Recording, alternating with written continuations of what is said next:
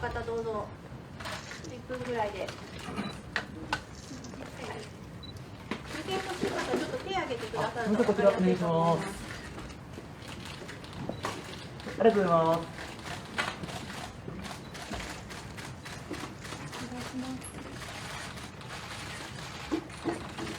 お願いします。この辺でいかがでしょうか。ありがとうございます。この辺でよろしいでしょうか。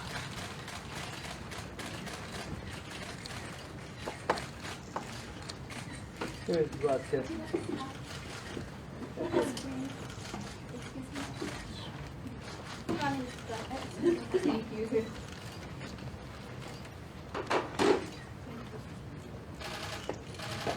の辺でじゃあよろしいでしょうか。じゃあ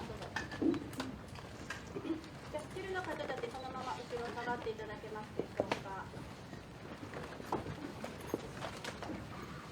そのままスチルの方そのままでは後方の方からお写真お願いいたします。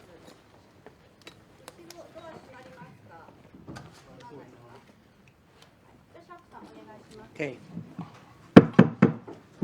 Okay, good morning. Welcome to the FCCJ. My name is Andy Sharp. I work at Nikkei Asia. I'm very happy today to welcome the Prime Minister of Ukraine, Denis Shmyhal. Hope I pronounced that correctly. Of course, we're coming to nearly 2 years now since the invasion of Ukraine by Russia. And this week, there has been a Japan-Ukraine reconstruction conference here in Tokyo. A lot of Japanese companies have pledged to help reconstruct Ukraine, support the rebuilding of a country, and many pledges from the governments as well. So there's been a lot going on this week, and there's a lot to talk about. So the Prime Minister will talk about perhaps this issue and the situation back in Ukraine for 15 minutes or so, and then we will open the floor to questions. And alongside the Prime Minister is the Press Secretary. So can I get your name, please? My name is Olga. I'm Press Secretary for the Prime Minister. Hello, dear colleague. Okay, so without further ado, the Prime Minister will make his opening remarks, and then we'll go to some questions. Thank you. So, dear colleagues, let's start. Prime Minister, the floor is yours. Thank you very much. Thank you, dear journalists, dear colleagues. First of all, I sincerely thank the Japanese people, the government of Japan, and personally Prime Minister Fumio Kishida for their hospitality and productive work during the visit of the Ukrainian delegation to the land of the rising sun.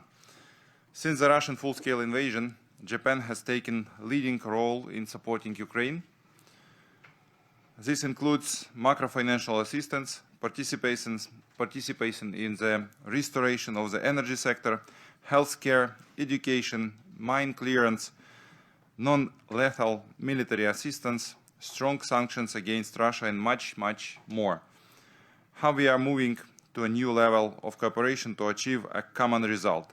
Ukraine's victory, a just peace and security on all continents and in all parts of the world. The Ukrainian delegation to Japan had an extremely intensive program during this visit.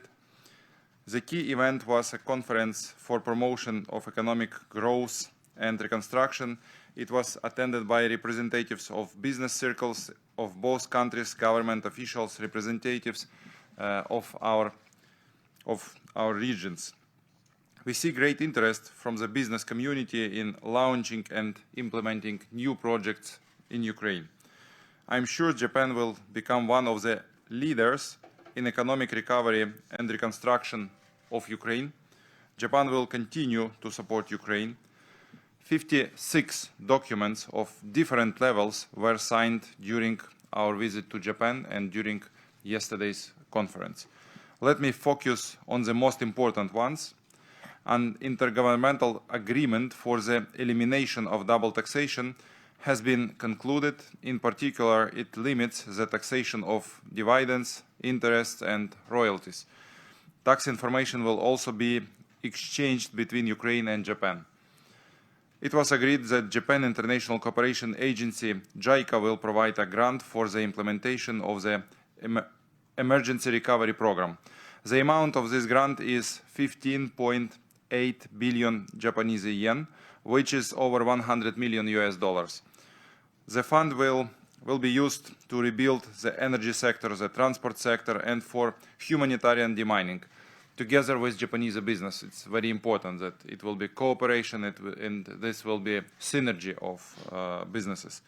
The Ukrainian Ministry of Agrarian Policy has signed a number of documents with Japanese companies that produce agricultural machinery.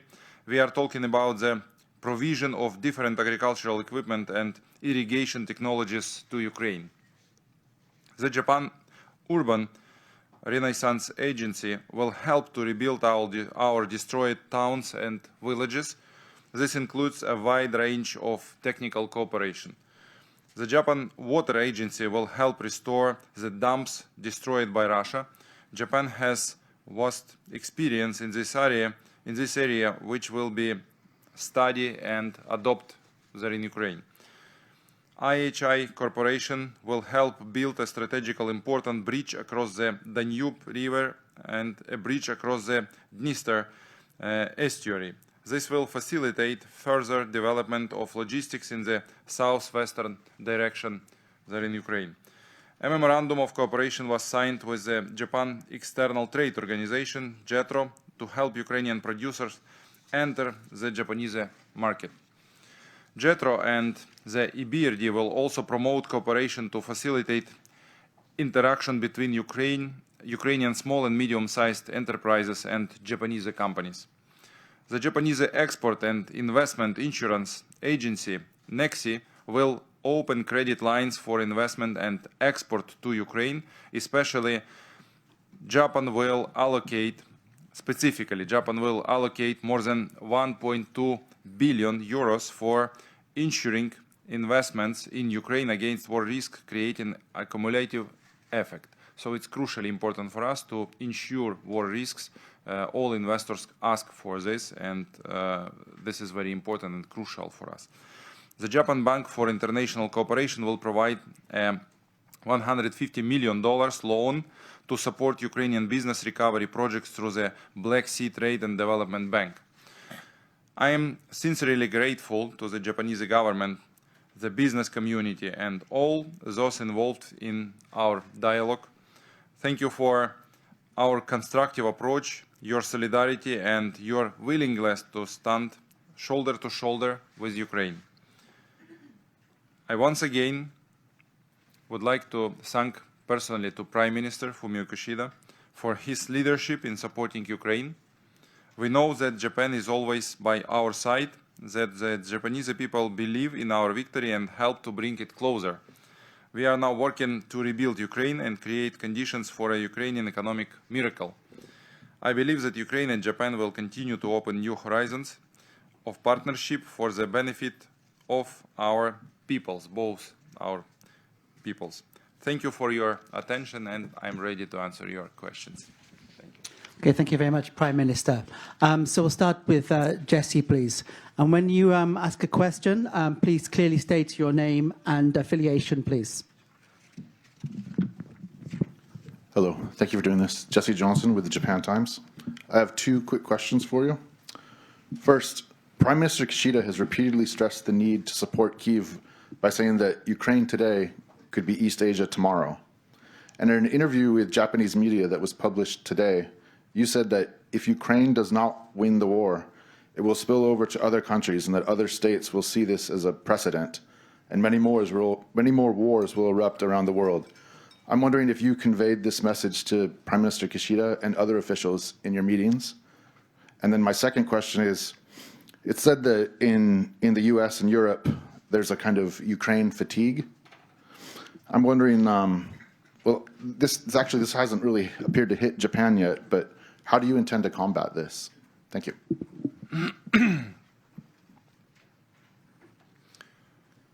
Thank you very much. So I should say that now we are very close to the second anniversary of beginning full-scale aggression in Ukraine from Russia's side. But yesterday, it was 10 years since the beginning of occupation of Crimea and Sevastopol city. So 10 years we are in war with Russia. Russia begins this unprovoked aggression, brutal aggression against Ukraine. We have solidarity and support from all around the world, from Japan especially. For today, Japan is third supporter of Ukraine if take all amount for these 2 years of unprovoked aggression, full-scale aggression from Russia. And we fighting for our homes, for our lives. We have support all civilized world, and it's crucially important to win this war. Why? Because Ukraine is fighting not only for our lives and homes and families.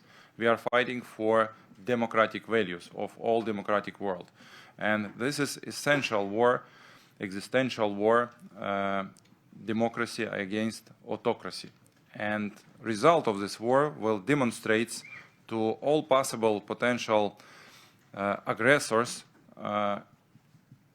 may they begin such kind of wars all around the world or no. If civilized world will be united, will be strong, so this war, Russia should lose this war to demonstrate all the rest potential aggressors that today in 21st century this is impossible to make these unprovoked aggressions and to achieve results. Because of this, we discuss this issue with all the leaders, and we emphasize that Ukraine should win, and it will have influence on global security order, which we all together should save. The second part of your question about fatigue all around the world. So I should say that Ukrainian society is tired because of this war, but is absolutely not fatigued. We will continue our fight. We have support from all around the world. We have support from European Union. Now we have approved program on the 4 years for the 50 billion euros for the next 4 years, direct budget support plus grants and projects for recovery. We have IMF program, which is continuing in Ukraine for the 4 years. Total amount of this program is $15.6 billion. But in general, G7 countries guaranteed to IMF support of Ukraine in amount $122 billion for the next 4 years in all spheres. Now we cooperate with USA, and we have support, first step, support of their Senate. So now we are waiting for support of their Congress in 2 weeks after this short period when they do not work. And I believe that United States will support Ukraine also, such like European Union, such like Japan, such like all the G7 countries and IMF and all international financial organizations. So I shouldn't tell, and we can't speak about fatigue, because it's existential war. You can't be fatigued when you are fighting for your future, for your life, for our mutual security world and world global security order.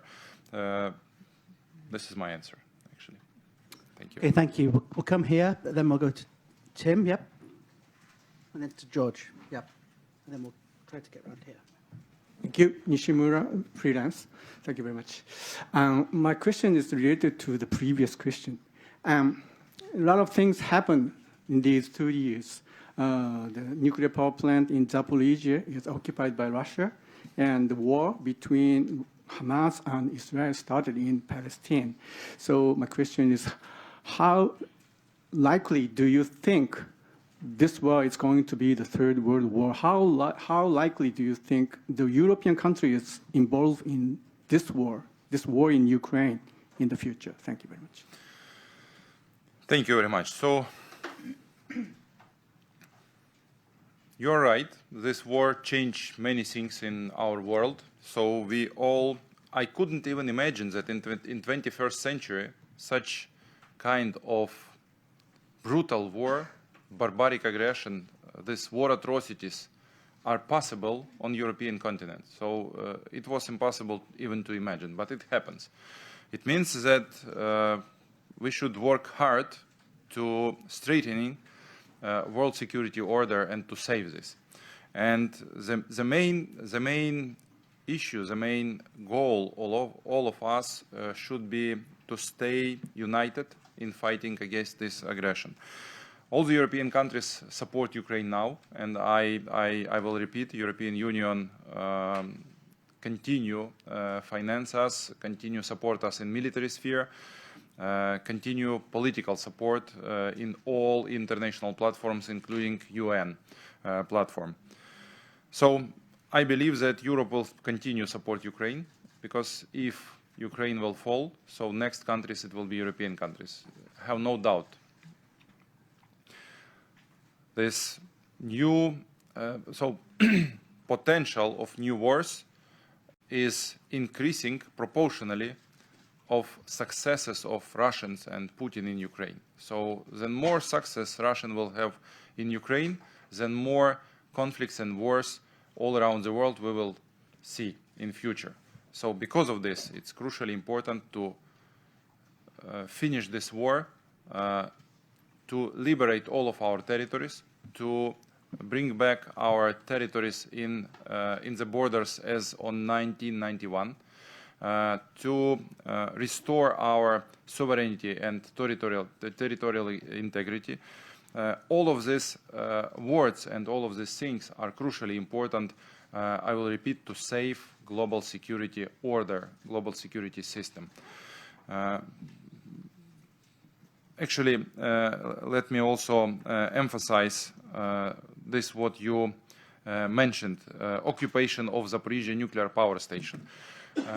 First time in our history, country, in fact, terrorize all of the world by nuclear, by occupation of nuclear object. And there is a technical mission of IAEA, but they can't control all of the territory. They control only the storages of nuclear fuel. And we see the tremendous risks for all of us, for European continent, because Zaporizhzhia nuclear power station is the biggest nuclear object on the European continent. 6 gigawatts of nuclear energy, 6 blocks, 6 units. Now is under occupation, is under artillery shelling. Not technical engineers and specialists, but military persons are staying there on the Zaporizhzhia nuclear power station. And actually, number one point of peace formula of President Zelensky, President of Ukraine, Volodymyr Zelensky, actually is about the occupation, the militarization of Zaporizhzhia nuclear power plant to make all these nuclear risks much, much lower. Ukraine and Japan both are two countries which survive through the nuclear catastrophes. And we, as no one else in this world, understand this danger of nuclear blackmailing from Russia's side. So because of this, we ask for the sanctions against Rosatom, against Russia. We ask to push them to the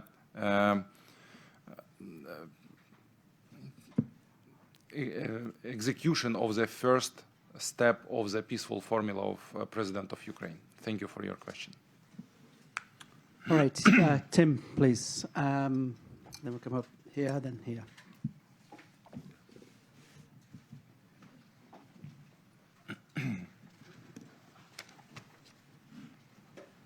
Tim Kelly from Reuters. Thank you for making the time to speak to us today. In the wake of the death of the Russian opposition leader, Alexei Navalny, the EU has talked about specific new penalties against Russia. and President Biden said that his death reminds the world of the stakes over Russia, and he also said he talked about the importance of providing funding for Ukraine. Do you think, well, firstly, what specific new penalties would you like the EU to impose on Russia? And for the funding that's now passed the Senate and is in the lower house, do you think Navalny's death may help that funding package to get through Congress and for the money to get to Ukraine? Thank you. Thank you for your question. So what should I say? That Russia is a terrorist country and Putin's regime now is terrorist regime. And sanctions and penalties against Russia now are implemented, and we ask for continuing implementation of the next sanction packages. I should emphasize that Japan implement 22 sanction packages against Russian economy and against Russia. European Union implement 12 sanctions packages, and we are waiting for 13 in European Union, and we ask for 23rd from Japan side to implementation. We ask implement this sanction as on economical issues, in economical spheres, so and in political spheres on the personalities which are personally involved in the aggression of Russia and in this in killings of people. So death of Mr. Navalny is one of the killings among all dozens of thousands Russians which now are dying in Ukraine. And from my point of view, this is payment for the next elections, so named elections of Putin in Russia. So Russians just pay their price for these elections. And I think that this demonstrates and loudly demonstrates how terrible is autocratic and terroristic Putin's regime in Russia. So this is actually my answer. Thank you. Okay, George.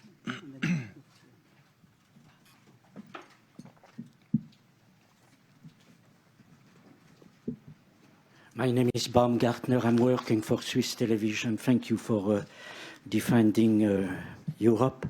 You are facing a very difficult situation, running out of ammunitions on the front line. Is it because until now the EU, the Americans have refused to provide you with the weapons you need to win the war against Putin? And will you get these weapons? And regarding Kishida, as my colleague says, he keeps saying what happens in Ukraine can happen in East Asia. So have you asked Kishida to give you not only water purifiers, but also weapons or military equipment? Because I think you get also some weapons in a discreet way from South Korea. Thank you. Thank you for your question. Since the beginning of the full-scale aggression 2 years ago, we have support from United States, from European Union, from other countries, not only with financial, humanitarian, economical, energy support, but and first of all, for us is important military support. Now the situation in Ukraine is absolutely another than it was 2 years ago. We have all existing air defense systems there in Ukraine. We need more, but Kyiv is more or less protected because of this. I invite you all to visit Kyiv, to visit Ukraine. It's more or less secure. We have modern equipment, modern military equipment according to NATO standards. We are fighting according to NATO standards. We are training our soldiers according to NATO standards, and European countries, United States, are supporting us absolutely.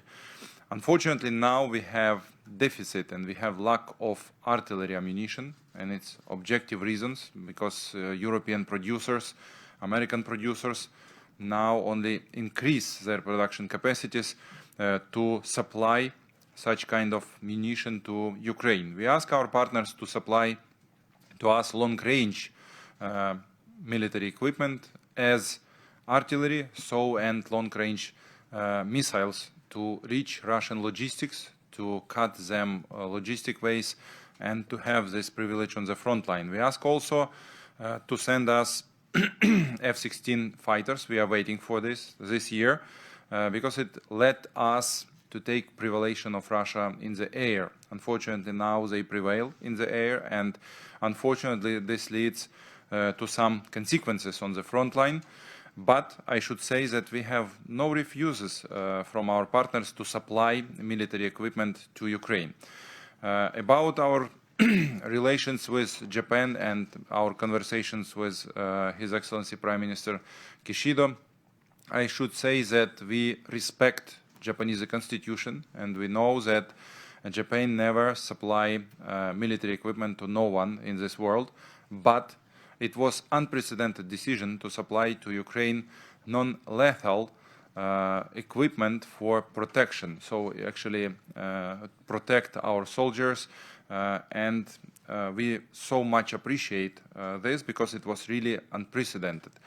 So having this, all of these conditions, we will appreciate supplying of defense equipment for Ukraine, non-lethal equipment from Japan, and we ask our partners in United States, in European Union, in other countries which can support us by military equipment, we ask to give this to Ukraine to protect democratic values, to protect Europe from this terroristic regime. Thank you.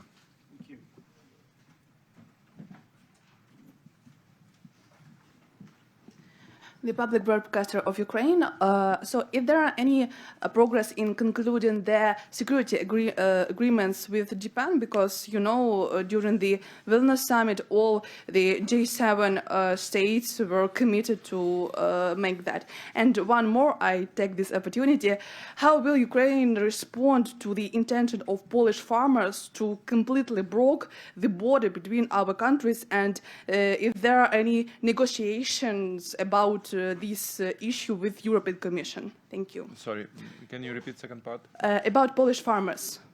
So how will Ukraine respond to the intention of Polish farmers to completely block our border? Maybe you have any negotiations with European Commission to deal with this. Thanks. Okay, thank you very much. So, thank you. You asked question and partially answered to your question.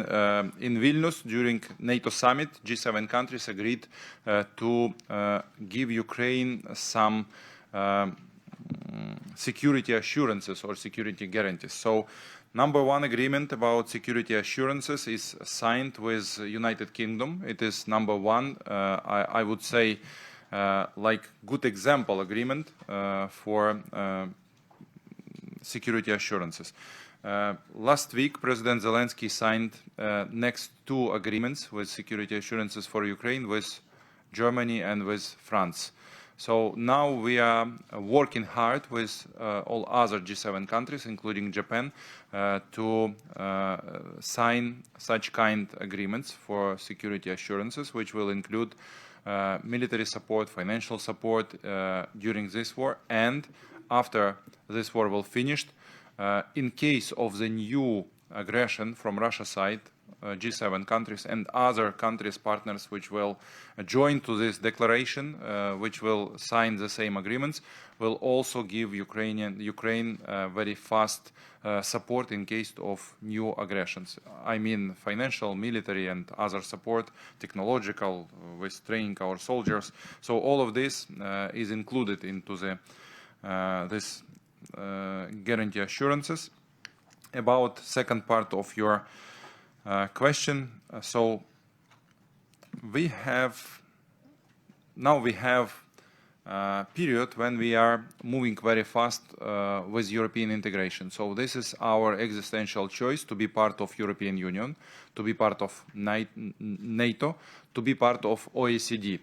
So we work hard to join to OECD, to European Union. We move very fast toward European Union. And now we are in the stage of negotiations about our membership. So this is the last one step before the actually membership. And during these negotiations, we will negotiate and agree about all economical, trading, and other issues. Now, there is some protests in Europe, and especially in Poland, from side of farmers because of some reasons, because of the subsidies from European budget, because of the some part of the markets. I should say, and I communicate this with our Polish friends, that we should take a look on the import of grain and the import of agri-production from Russia to the European Union. So it's still high volume and it continue increases. So I emphasized and I call of European politicians to take a look, and Polish politicians to take a look on the increasing Russian import into European Union of agricultural and grain production, and also from the third countries. So there is enough place for all of us, and especially for Ukraine, to trade by grain and food production on the European market. But we discussed this with our Japanese colleagues. There is enough markets all around the world where Ukraine traditionally were big players. Now, thanking to our defense forces, we liberate Black Sea, we destroy and damage 25 of Russian warships, and we may use Black Sea as a corridor for our export. And now the most volume, more than 90%, is exported through the Black Sea, not to the European countries, but to the traditional markets, to the Asia, to the Africa. And I think that this tension, which were among the European farmers, now should be much, much less. And today, will work coordination platform in the European Commission. I believe that it will bring result and make situation much, much quiet. Thank you. Thank you. And I see that we have a lot of questions from Japanese media. Okay. This gentleman here, and then this lady.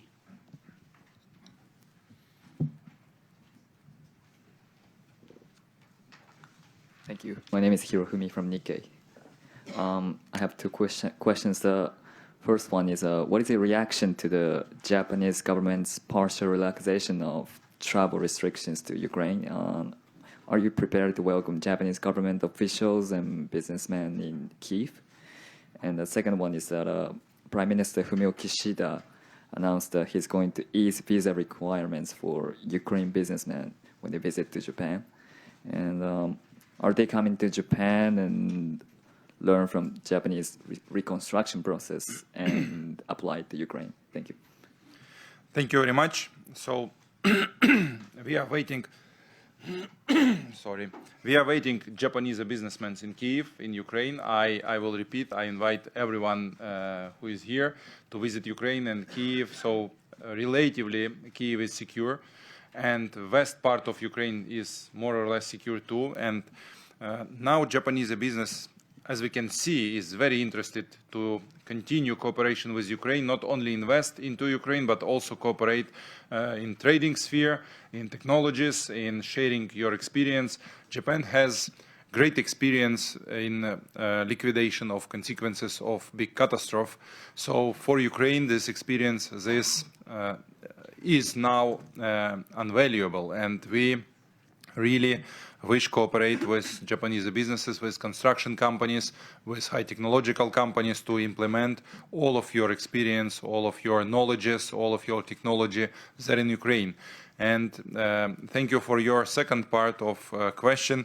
Yes, yesterday we have negotiations and we have agreed with your Prime Minister Fumio Kishida about less barriers for visa for Ukrainian businessmen and for Ukrainian people. So I think that we will reach this visa liberalization nearest time. Now we are in negotiations, and I believe that it will make better conditions for cooperation between our businesses, for sharing of experience, which is invaluable for us, for sharing technologies, and for creating of mutual enterprises, which will bring benefits to both our countries. I will repeat that we are united in defense of Ukraine. We should be united in recovery of Ukraine. Recovery of Ukraine will the biggest ever project on European continent. According to World Bank assessment, $486 billion we will need to recover this all what Russia destroyed and damaged now in Ukraine. So now we are preparing for this big project of recovery of my country immediately after this war, and even during this war we need 15 billion for rapid recovery, and we continue this work. So we are strongly welcoming Japanese company to join to this big projects, recovery of infrastructure my country, recovery of economic of my country, and I believe that it will be very, very mutually beneficial. Thank you. Yes, this lady. So you can be next, yeah.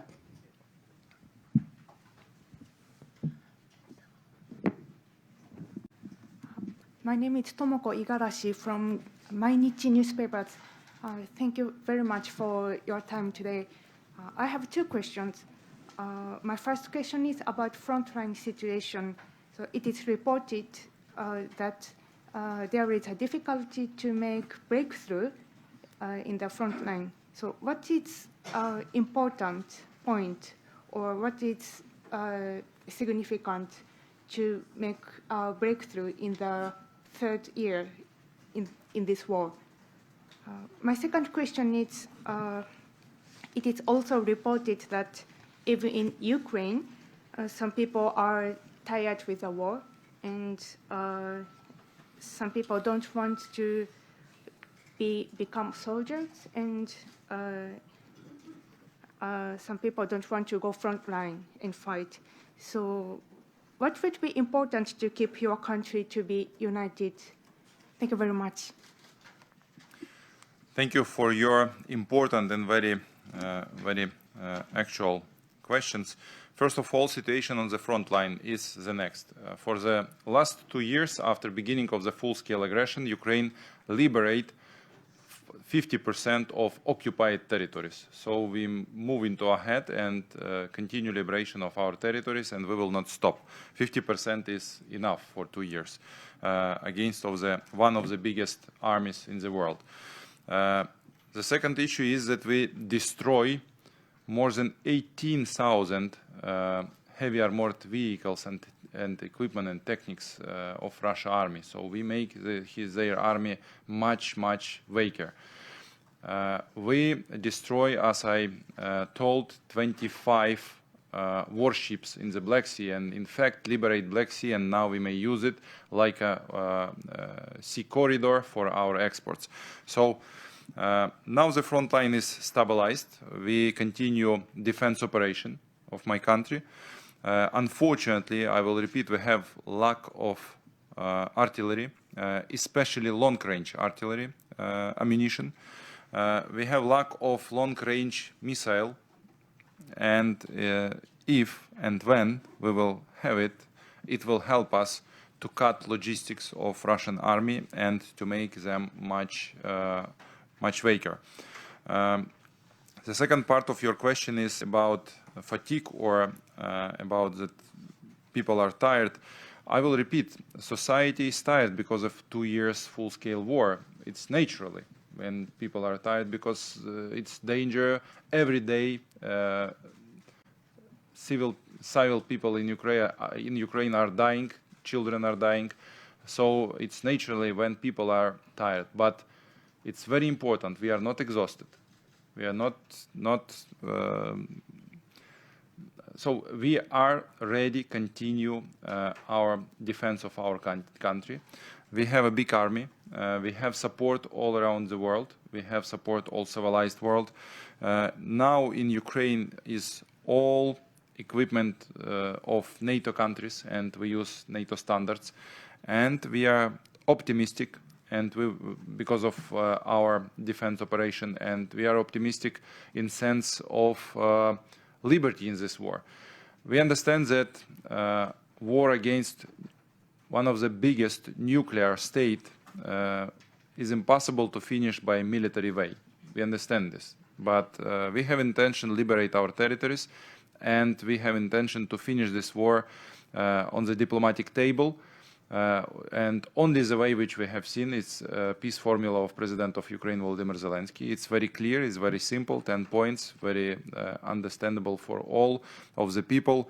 First one is nuclear security, second is people's security, bringing back our kidnapped children. So all of these points of peaceful formula is very clear, food security, and so on, so on. So I believe that world community will support the peace formula, and during global peace forum, we will make enough pressure on Russia to stop this war and to finish this war in diplomatic way according to our peaceful formula. Thank you. Thank you. And the last question, please.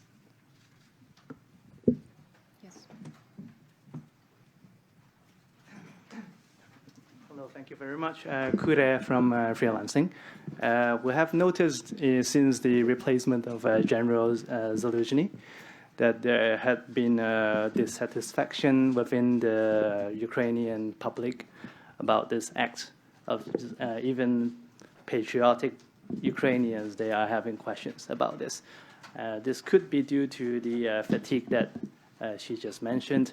And I wonder if you think this could be a dangerous situation for Ukraine in terms of keeping the Ukrainian people together, and how would the Ukrainian government deal with that? It's not clear for me.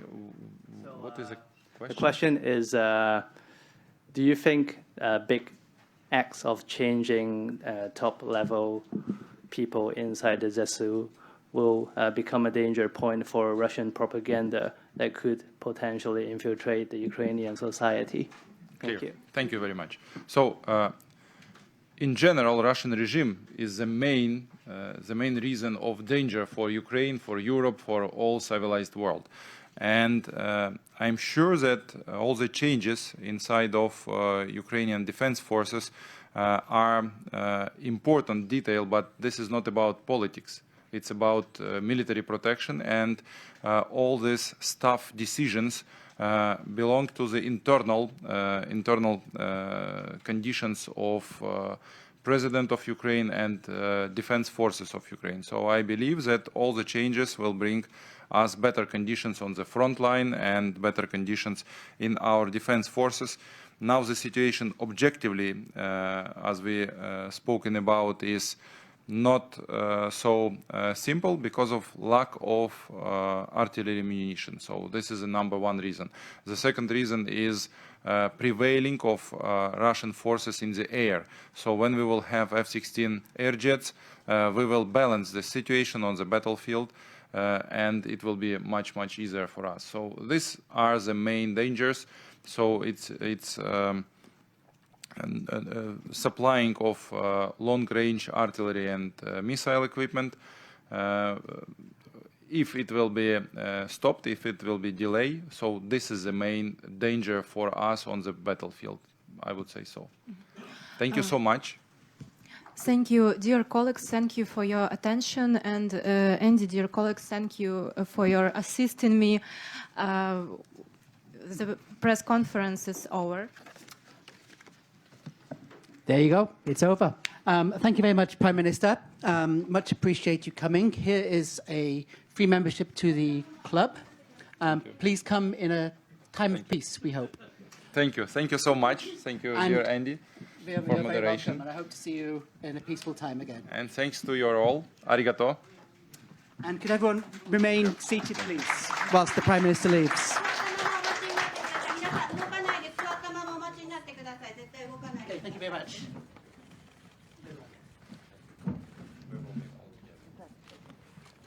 Thank you.